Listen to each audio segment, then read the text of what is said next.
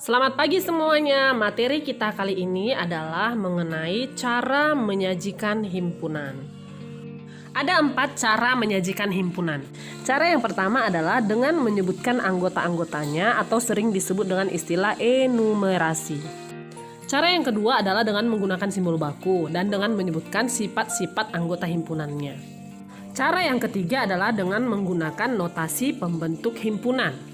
Dan cara yang terakhir adalah dengan menggunakan diagram Venn. Nah, kita akan bahas satu persatu ya.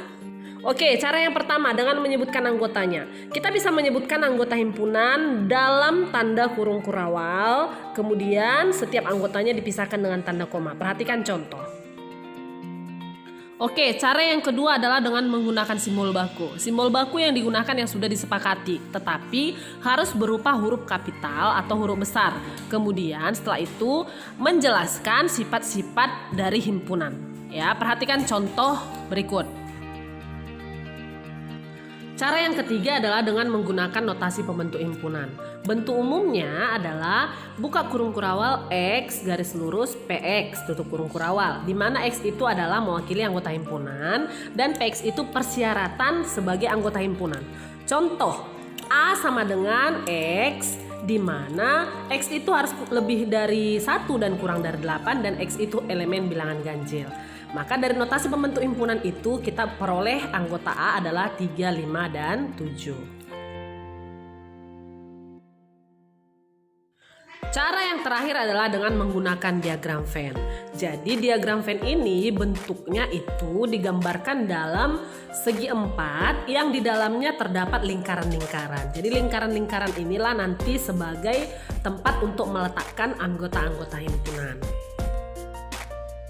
Jadi cara menggambarkan diagram Venn yang pertama adalah membentuk segi 4 itu nanti sebagai tempat himpunan semesta ya. Jadi segi 4 itu semuanya di dalamnya adalah anggota himpunan semesta.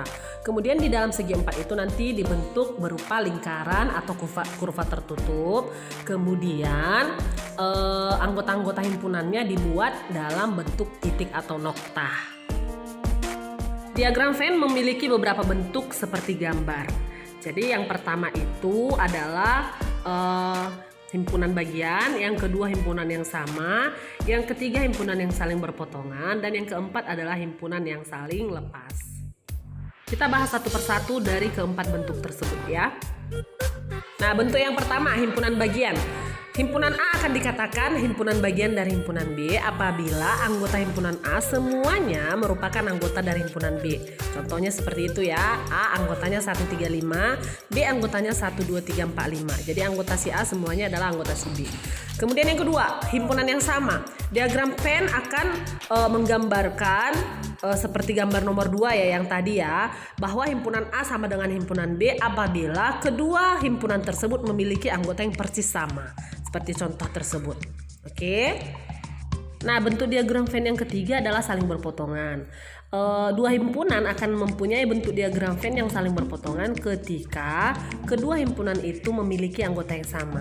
Tidak harus semuanya sama, tapi memiliki anggota yang sama. Contohnya, A anggotanya 246, B anggotanya 123, anggota yang sama ada ya, yaitu 2. Maka A dan B dikatakan himpunan saling berpotongan. Jadi gambar diagram Venn-nya adalah gambar yang saling berpotongan.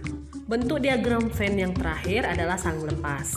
Jadi dua himpunan akan membentuk diagram Venn yang saling lepas ketika kedua himpunan tersebut memiliki anggota yang berbeda, tidak ada yang sama.